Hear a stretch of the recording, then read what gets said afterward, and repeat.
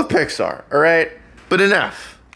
They have had a monopoly on the animation category. Nominate these movies. These are really good. Bing bong. A bit of a different type of video today. I still collect physical media. I still buy DVDs, 4Ks, Blu-rays, whatever you want to call them. I'm kind of just curious if like other people do this too. I mean, I know that there's probably a few of us still out there, but I'm like legitimately curious, like, is this something that, a lot of people still do? Because like I grew up in the era of Hollywood Video and Blockbuster and, renting new movies and, keeping them for the weekend. And if anyone remembers VHS, where you had to rewind it and then bring it back, or they'd, fine you or something. But it stayed with me. I, went to film school, and I've just always appreciated movies. And when a movie comes out that I really like, I buy it. Sometimes as a way to just watch it whenever I want, because digital ownership is kind of a little bit of a gray area, but also just because it's become a good way to support movies that don't maybe do that well in the theaters when they first come out. I don't know. I bought a few recently. I thought I'd go through the ones that I picked up, just talk about them a little bit. So if you're interested, stick around. If not, I get it's not a review of a specific movie, but it's just one of the things I'm passionate about. So I recently picked up Monkey Man. It was one of my favorite movies from 2024. I mean, as soon as I saw Jordan Peele basically saved this movie, which was done, I think, in like 2021, it was completed, and they just couldn't find a distributor. Obviously had some trouble in India because it does not reflect too nicely on the Indian government, but it's really, really good. Dev Patel is amazing in this movie. It's like John Wick, but with character development, which I love the John Wick movies, but they do get a little cartoony towards the end. Monkey Man was one of my favorite movies of last year, and just to support the movie, I don't know if I'll ever watch it again. I really don't. But if I ever want to, it's nice to just have it and not have to chase it down on a streaming service somewhere. One of my favorite movies of this year, Companion. This was one that used horror to talk about abusive relationships, and it was a really interesting vehicle for like the dangers of AI and potentially the positives and the negatives, and where humanity lies in this interesting discussion. It's more of a horror comedy. Towards the end of this movie, it is like straight up just a story about abuse, and it's, I thought, kind of oddly powerful, even though a lot of the times it's played for sort of jokes, but it's really good. If you have not seen Companion, I did do a review on this, and it's worth checking out, even though you probably have to watch it digitally now. One of the best movies of 2024, and in my opinion, should have been nominated for an Oscar for Best Animated Movie. Transformers 1. Look, I'm not even a big Transformers person. I've seen like, I don't even know, one of the Michael Bay movies, and then I saw Rise of the Beasts last year, or 2023, whenever that came out. I thought that was pretty good. Transformers 1, though, I don't want to say we're talking like Spider-Verse levels of cinema, but it's really good. It is like legitimately, I think, even if you don't follow Transformers at all, like obviously I watched it as a kid when it was on TV, it's a cartoon, but I didn't really like keep up with it. I don't know if I owned any of the toys, but this movie, like, amazing, and it bombed at the box office. Nobody went to go see it. I know it won't be getting a sequel. Not that I don't really know if it needs one specifically, but it is fantastic. If you haven't seen it, watch it. It's one of the best movies of last year. This was one that I knew I was gonna need to own. I was gonna need to own it. I'm definitely gonna watch it again. I want to see all the DVD extras. That's another reason I buy these movies. I love extras. I love behind the scenes and audio commentary. I'm that guy. I'm that person that watches the same movie again with the audio commentary. I've seen Taxi Driver like 3 times, just with Scorsese talking about the movie. I was excited to own this. I'm glad it's in the collection, and definitely check it out. Challengers, one of the best movies of 2024. Zendaya and 2 guys I'd never heard of. This movie, I remember seeing the trailers, and I was like, that is just a movie about tennis. I don't care about tennis. It looks fine, but it's not for me. I love baseball, but I'm just like not a sports movie person. It's not about tennis. This movie's not about tennis. This is a movie that uses tennis as a vehicle to tell a complicated, very messy, very toxic love story between three people. And it's made by the husband of the woman who did Past Lives, another one of my favorite movies that I also own. That's a very talented couple, let me tell you, because Challengers was one of the best movies I saw last year. I'm obviously going to say that about like every single movie that I pull up, but it's really, really good. And disappointed, it did not get a 4K. It's an Amazon produced, distributed movie. They cheaped out. They only gave us a Blu-ray, which is really a shame because cinematically, this movie looks beautiful. It has one of the best soundtracks I've heard in a long time. It deserved a 4K. I don't know, maybe it will someday. But I had to get whatever version of it was out, so I got the Blu-ray. Rarely buy TV shows. I do not watch a lot of TV shows, but the Watchmen TV show on HBO, and I'm sorry about the glare, I know it's the light. I loved this, and I've always been kind of fascinated by Watchmen. Even the Zack Snyder movie, which was not great, even though I'm pretty sure I went out and bought like the super long 5-hour cut just because, look, you know, when a director has their movie chopped up by the studio, and if they're ever allowed to release their version, I like to support that. I like to see what they wanted the story to be before casting judgment. But the TV show was awesome. This has one of the best episodes of television I have ever seen in my life. And I remember when I watched it, the Hooded Justice episode, I remember telling everybody I could, you have to watch the show because episode 6 or 7, whichever one it is, one of the best episodes of TV ever made. And then that episode went on to win like 15 Emmys, and I felt very validated having thought that it was already one of the best episodes of TV of all time. I know this show got a lot of flack, specifically by the guy that made the Watchmen comic, but what the fuck does he know, right? This show is really good. It's really well made. I'm not the biggest fan of what they did to Dr. Manhattan. They kind of had to nerf him into the ground because he's just invincible all the time. But the show itself is fantastic. It has a lot of relevance in the modern day, especially now. And it's also the way I learned about the Tulsa Race Massacre, which I had never, ever heard of in my entire life. And it was fascinating to be educated on something like that.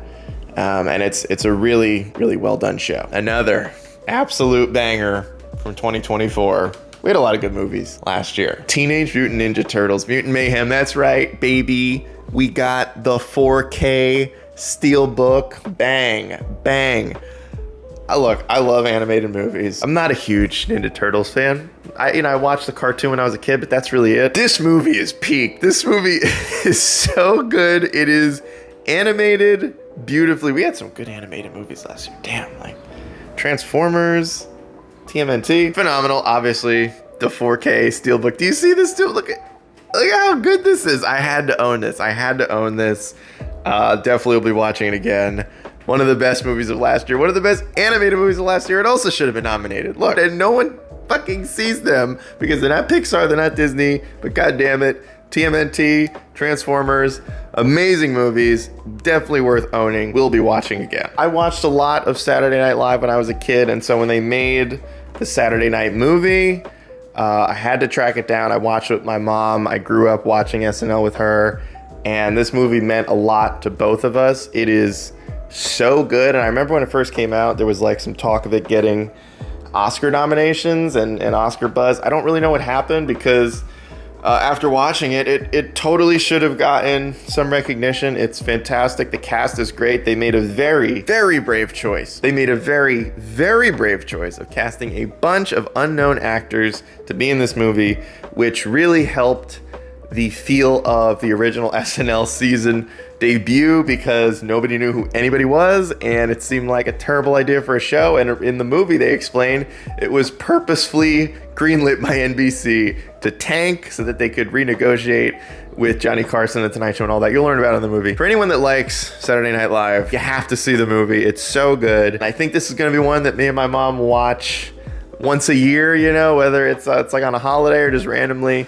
But it's totally worth it. It's got an amazing cast, and it is a great, great ode to SNL. Now, this is a rather unknown movie, but I am a fan anytime that the movie industry recognizes a demographic that is otherwise usually ignored. Thelma, a movie about a 94-year-old woman who gets caught up in a phone phishing scam and decides to take it into her own hands and get revenge on the guy that scammed her. This is John Wick meets Mission Impossible, except the main character is 94 and extremely capable. And that's one of the great things about this movie. The entire story is about everybody thinking that because of her age, she's incapable of doing a lot of otherwise normal, easy things. And a lot of the story is also about her having to come to terms with not being who she was when she was younger, and, you know,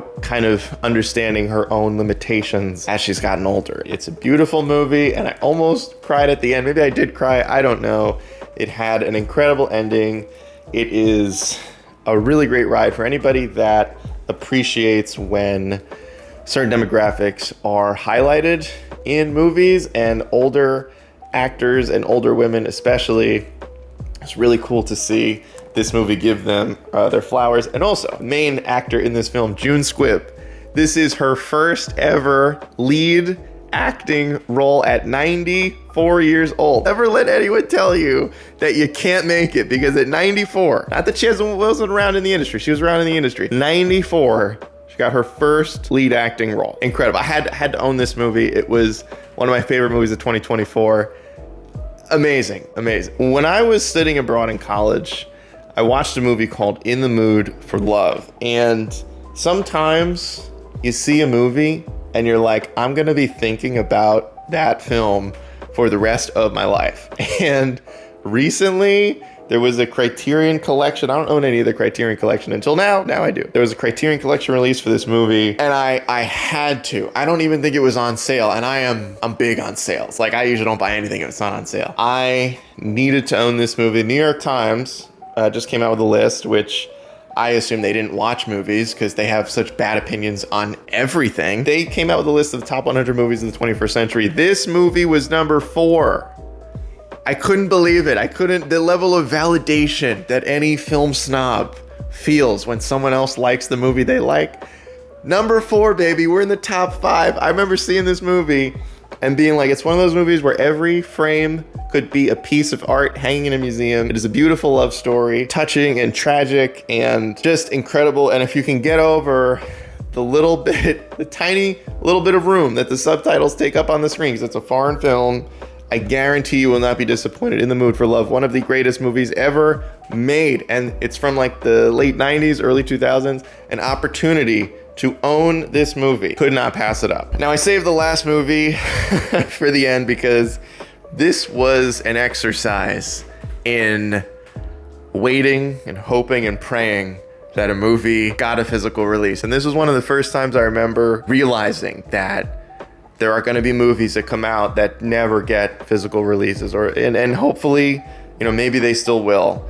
But Bottoms is one of my favorite movies of all time. I'm willing to say that this is one of the few movies. I rarely watch movies more than twice. I have seen this movie like 4 times. It's amazing. And when it came out, obviously, I loved it. I wanted to own it. This came out in 2023. This movie did not get a physical release until this year. I was signed up on so many newsletter, email notification websites, waiting for the pre-orders to go live, waiting for this movie to come out. And I think it was like Amazon movie, MGM, yeah, so Amazon, right? And I told you about the Challengers thing, right? They don't release their movies physically. When they do, they're really lazy. They did not distribute this. Another third-party, Kino Lorber, a company that picks up movies that didn't get physical releases, or, you know, remasters a physical release. They picked it up. They did all the distribution. They got the audio commentaries. They got the cast to be on the audio tracks and all that. Thank God for those companies, because I wanted this movie so badly to come out physically so that I could own it forever. It's on Amazon Prime, sure. I don't want to be a slave to the fucking streaming overlords, and anytime I want to watch a movie again, I have to see, oh, do they still have it? I've seen this before. Netflix has erased movies that they've made from their own archives. Movies like Bottoms, I could easily see it going the same way, and I'm so glad I own it physically. And Yeah, no regrets. One of my favorite movies ever. So that's it. Kind of a longer video. Thanks for tuning in, I guess. I don't know how many people are going to watch this, but I do know that this is one of those videos that I was really excited to make and talk about. I just love talking about movies that I enjoy. And, you know, let me know if you guys also still buy physical movies or, you know, buy them digitally, right? Although digital ownership, you never know, it could disappear at any moment. But I'm really curious, do other people still like take time out of their budget and in their life to buy physical movies? And I own probably like 200 movies and shows at this point. So these were just the recent pickups. I've cooled down, slowed down the pickups a lot because you just run out of space. These were all movies that were really important to me and I wanted to share them with you guys. So thanks for tuning in. I'll see you in the next one. I'm out.